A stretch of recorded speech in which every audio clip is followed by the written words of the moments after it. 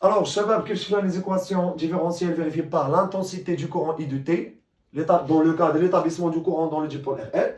Alors, d'abord, si on cherche à déterminer l'équation différentielle vérifiée par UR, sachant que UR est égal à grand R fois I, alors, on a l'équation vérifiée par I. Si on multiplie l'équation par grand R, l'équation devient grand R fois I,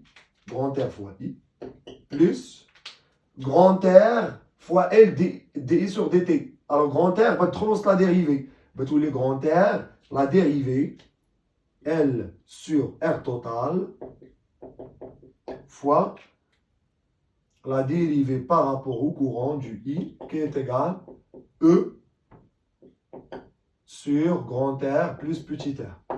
Alors, je donne à l'équation, on va grand R. Grand R, l'oula, grand R, tani bin jarah dans la dérivée. Au grand R, tani bin jarah da E.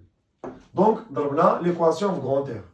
Pour avoir l'équation différentielle vérifiée par UR, sachant que UR est égal R fois I. Or, puisque, d'après la loi d'Ohm, UR égale à R fois I, l'équation devient UR plus L sur R total fois D de UR, RI est égal à UR, est égal à R fois E sur grand R plus petit r.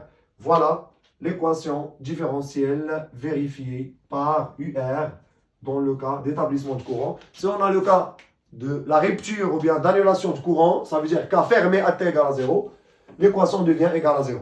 C'est la seule différence entre l'établissement et la rupture du courant, la seule différence qu'on a dans le dipôle RL.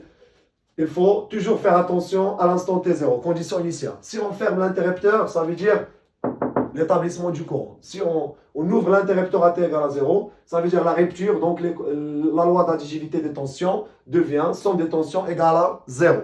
Alors les équations deviennent K long égale à 0. Voilà, merci.